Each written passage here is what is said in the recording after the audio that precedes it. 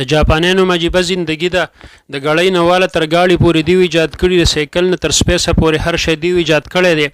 او هر چیز دلته کې ماشینی دی هر چیز د ټکنالوژي محتاج دی څه قسمه تکلیف بظاهر نشته دی هر چیز د بټن په طاقت او د بټن په زور باندې دی ظاهر په لحاظ هر جاپانی په مزو سر دی هیڅ څوک پکې بیروزګار نشته هیڅ څوک پکې غریب نشته دی هیڅ څوک پکې بې تعلیمه نشته دی هر قسمه سہولیات دیو ته میلاو دي که په ښار کې دی که په بانډه کې دي که واورې کې السلام علیکم ملګرو په دې سایت دا ویډیو چلیږي دا ویډیو ضرور وګورئ زموږ عزتمندو د دې جاپان د خلکو د سہولیات ته وګورئ او بیا د دې ژوندۍ بې خواندۍ ته او بې سکونۍ ته وګورئ زموږ عزتمندو چې څومره په ژوندۍ باندې دی تنګ دي زموږ عزتمندو د یو کس پکې دا خبرې کړي دي ډېر ښکلي انداز کې تفصیل بیان کړی دی او هغه سہولیات هم ښودلي دي راځئ دا ویډیو ضرور وګورئ زموږ عزتمندو په خپلې مسلمانۍ باندې به تاسو شکر ادا کوئ دا ویډیو وګورئ او هر مسلمان ته دا ویډیو ورسوئ او الحمدلله ضرور ووایئ ټیک شو جی راځي دا ویډیو وګورئ او هر مسلمان د ثواب په نیت باندې ډېره شیر هم کوي ټیک شو جی هر چیز د بټن په طاقت او د بټن په زور باندې دی ظاهر په لحاظ هر جاپانی په مزو سر دی هیڅ څوک پکې بیروزګار نشته هیڅ څوک پکې غریب نشته دی هیڅ څوک پکې بې تعلیمه نشته دی هر قسمه سہولیات دیو ته میلاو دي که په ښار کې دی که په بانډه کې دي که واورې کې که ګلۍ کېږي که توپان راځي او که سیلاب راځي دیو ته څه قسمه تکلیف نشته دی دا خو موږ ته په نظر باندې راځي خو د سروې مطابق په دنیا کې دویم نمبر ملک جاپان دی کوم ځای کې چې خلک ډېرې خودکشۍ نه کوي او سالانه یې په کال کې د 50,000 نه ول تر 70,000 پورې جاپانیان خپله زندگی ختموي زندگی د ختمېدو وروسته صرف سبب چې کوم دی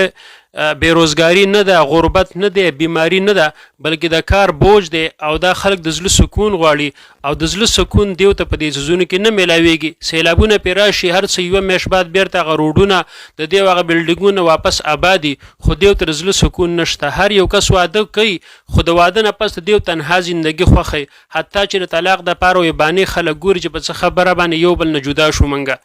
جاپان کې سرکاري مذهب شینټو ورته وایي شینټو نومې مذهب دی په هغه کې زیات ته باندې د نور عبادت کیږي او کامي یو خدای دی نعوذ بالله چې دیو په ایمان ساتي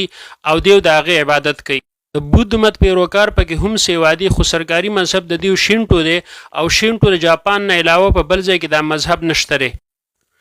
دا د دیو هغه کامي نومې بګوان دی چې د دیو عبادت کوي او دې ته طریقه کار دا کوي چې بس 2 ځل ورته راښکته شي 2 ځل پړقې وکړي او بس د دې عبادت پوره شو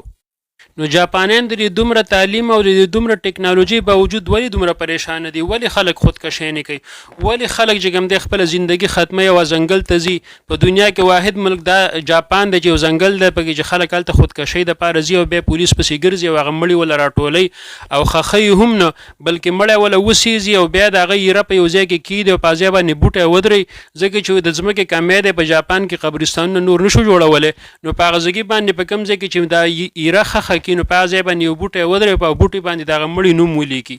یاد ساتئ خلک دا خبره کوي چې ګنې اسلام او ساینس ځان له ځان لدي نه اسلام څوک د ترقۍ نه منې کوي خو کومه ترقي کوم ساینس کوم ټکنالوژي کوم تعلیم چې انسان ته د الله پهچان ورنکي د خالق پهچان ورنکي نو دغه ساینس او ټکنالوژي او ترقي نه ده بلکې دغه بربادي ده د دې دومره علومو باوجود چې دیو د ځمکې نه تر اسمانه پورې هر ځای ته ورسېده خو دیو تر اوسه پورې خپل خدای ونه پېژانده نو د دقیانوس ذهن د دیو دی که زمونږ دی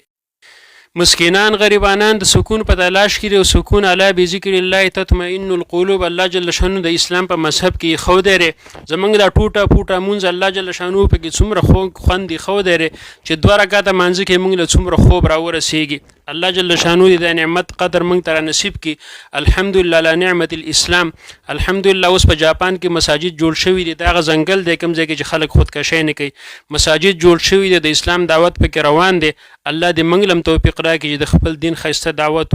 ورکو او په خپله په دې خپل دین باندې روان شو الله یې د عمل کولو توفیق پرې راکړي